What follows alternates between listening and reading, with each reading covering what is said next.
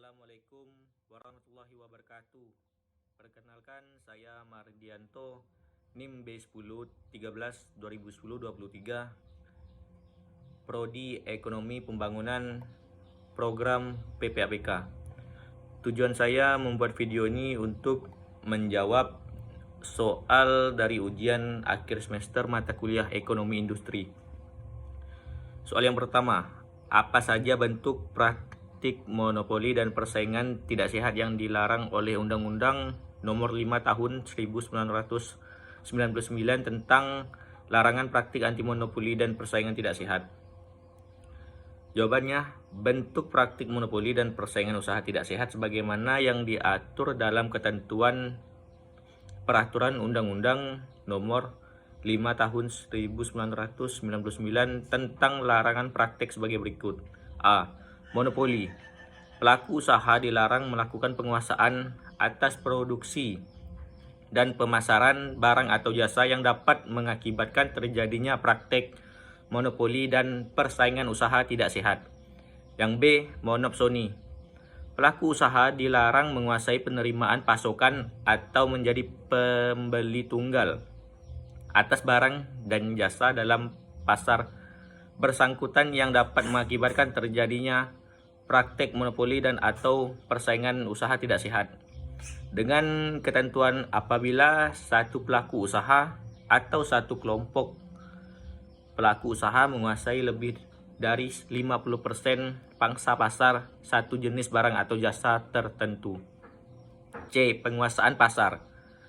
Pelaku usaha dilarang melakukan pemasukan barang atau jasa dengan cara melakukan jual rugi atau menetapkan harga yang sangat rendah dengan maksud untuk menyingkirkan atau mematikan usaha pesaingnya di pasar bersangkutan sehingga dapat mengakibatkan terjadinya praktik monopoli dan persaingan usaha tidak sehat.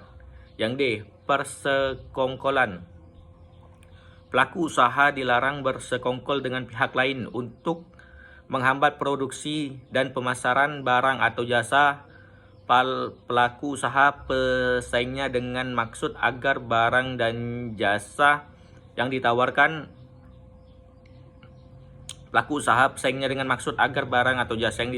atau dipasok di pasar bersangkutan menjadi berkurang baik dari jumlah, kualitas maupun ketepatan waktu yang dipersyaratkan. Nomor 2. Sebutkan faktor makro dan mikro yang menyebabkan daya saing produk Indonesia lemah. Jawabannya, terpuruknya daya saing tersebut merupakan akibat dari berbagai faktor. Menurut tolak ukur WEF diidentifikasi 5 faktor penting yang menonjol. Pada tataran makro terdapat 3 faktor, yaitu tidak kondusifnya kondisi ekonomi makro, buruknya kualitas kelembagaan publik dalam menjalankan fungsinya sebagai fasilitator dan pusat pelayanan, dan lemahnya kebijakan pengembangan teknologi dalam memfasilitasi kebutuhan peningkatan produktivitas. Sementara itu, pada tataran mikro atau tataran bisnis, 2 faktor yang menonjol adalah rendahnya efisiensi usaha pada tingkat operasionalisasi perusahaan dan lemahnya iklim persaingan usaha. Nomor 3. Bagaimana sektor industri di Indonesia berperan dalam penciptaan lapangan kerja? Jawabannya, sektor industri sangat berperan penting dalam menjadi penggerak perekonomian nasional dikarenakan dapat mewujudkan industri yang tangguh dan berdaya saing baik di pasar domestik maupun pasar global, yang pada gilirannya mampu mendorong tumbuhnya perekonomian, menciptakan lapangan kerja, meningkatkan pendapatan masyarakat, dan akhirnya mengurangi kemiskinan.